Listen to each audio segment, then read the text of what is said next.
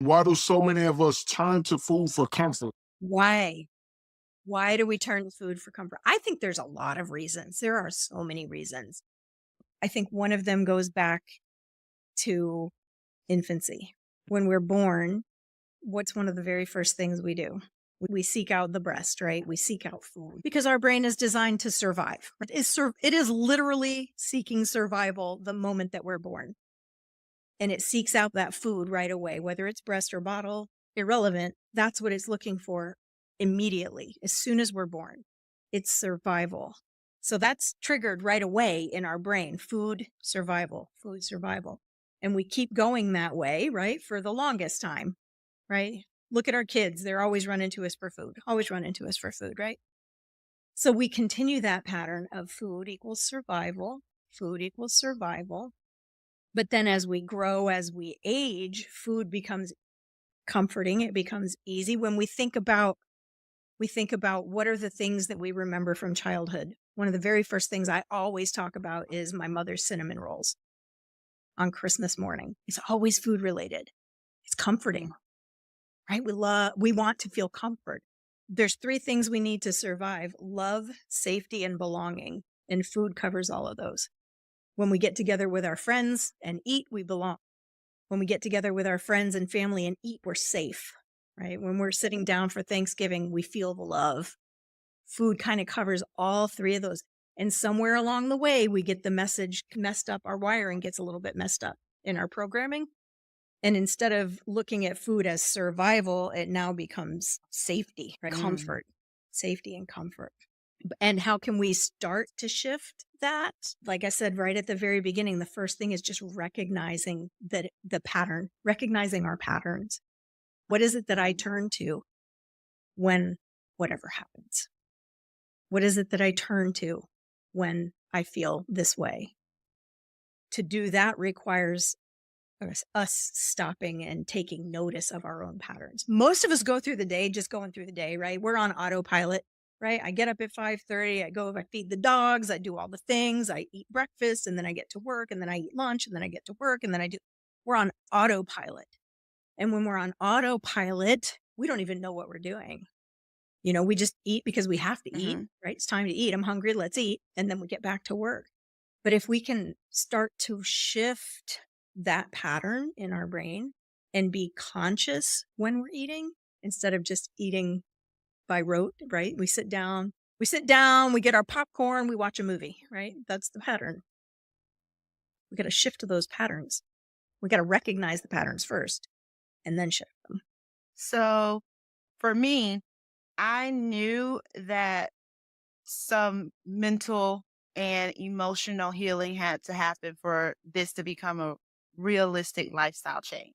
And so I worked on myself for about a year before I even had my surgery. Some people, they get surgery first and then they go down that road of trying to figure out how to get everything connected mentally.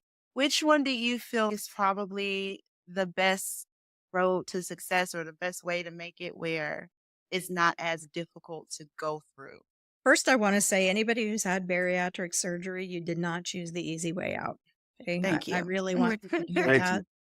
It is not easy to voluntarily amputate parts, more than one part of your body, right? Because after you have the Mhm. surgery, most people have to go back and have skin removal. So it's not an easy path to take. But I want to say everyone is unique. Everyone is unique. Some people need to work before, some people need the surgery as the catalyst to work, Mm. Mm. right? We're all different. Everybody's different. I know it used to be you had to go through counseling and everything before they would let you have the surgery, but now I think anybody can have it at any time. You just need one appointment. Yeah. Make sure you're not suicidal and you're good.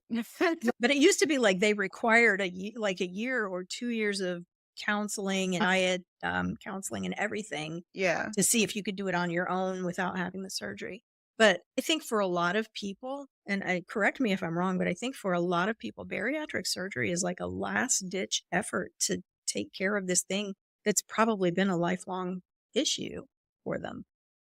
Everyone I talk to, this is not the first thing they do when they say it's time to lose weight. They've done multiple things multiple Exactly. times before you've reached to that point. I've never heard anyone say, Exactly. yeah, so I was late, gained a little weight, so I went to go get bariatric surgery. That's not a thing. This is an extreme thing. And I think everybody's unique. Everybody's different. I believe we're all created very unique beings. Like the foods that I eat that I feel good eating are probably different than the foods that you eat that you feel good eating. And the way that I choose to release the weight from my body is different than the way that you've chosen to release the weight from your body. But I think it's important for everybody to work on themselves, no matter what place you are in life. But Mhm. if the Before or surgery after. if the surgery came first, then get to work. If you're waiting to have it before you do some work, get to work. It's never too late. I agree. Cause that was something that I don't know. I was ready to be like, okay, I'm ready for this journey. I want to figure out like what's going on with food.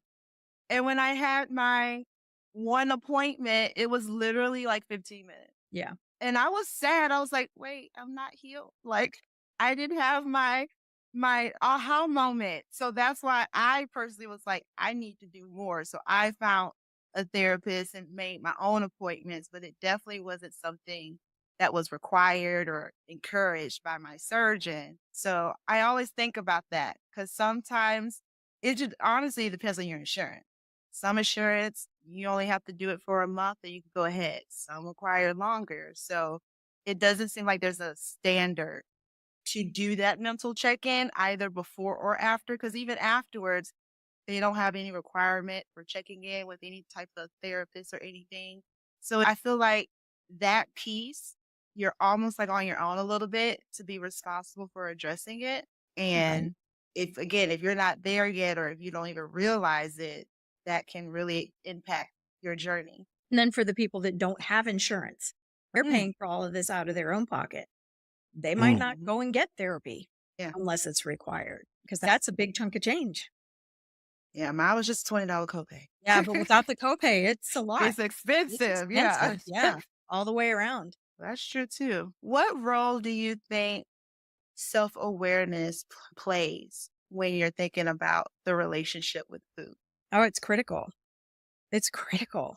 Oh my gosh. If you are not aware of the things that you're doing, really, you're just going to be on autopilot and fall back into the exact patterns that got you to where you were before you made the decision to have the surgery.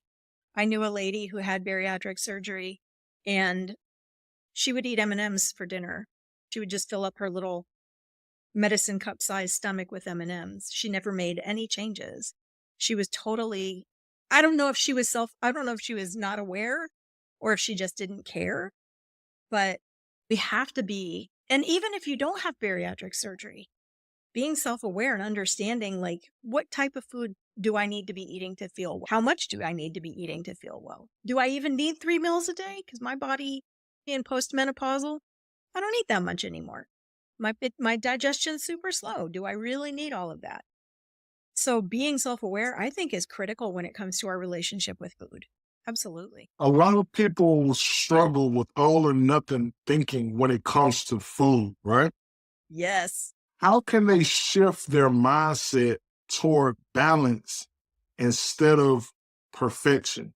I want to just address balance real quick. I don't believe balance is possible. I really Mm, don't. Even if please explain. Sure. Even if you're just standing, right? Just if we're standing still, there's still motion happening because we're having to shift our weight to be able to stand upright. Think about like a ballet dancer on point. They're shifting their weight all the time to try and balance on point, but there's no such thing as true balance. We can never get to a place where we're perfectly still in any, not possible. So I like to seek alignment and harmony more than that. Like Mm. seeking the foods that give my body the vibrational energy I know I'm talking woo here, but the vibrational energy, right? Everything on the planet is made up of energy, including our food. And when I eat the food, the energy transfers to my body, right? Energy, going back to science in high school, we can't create or destroy it. It can only be transferred.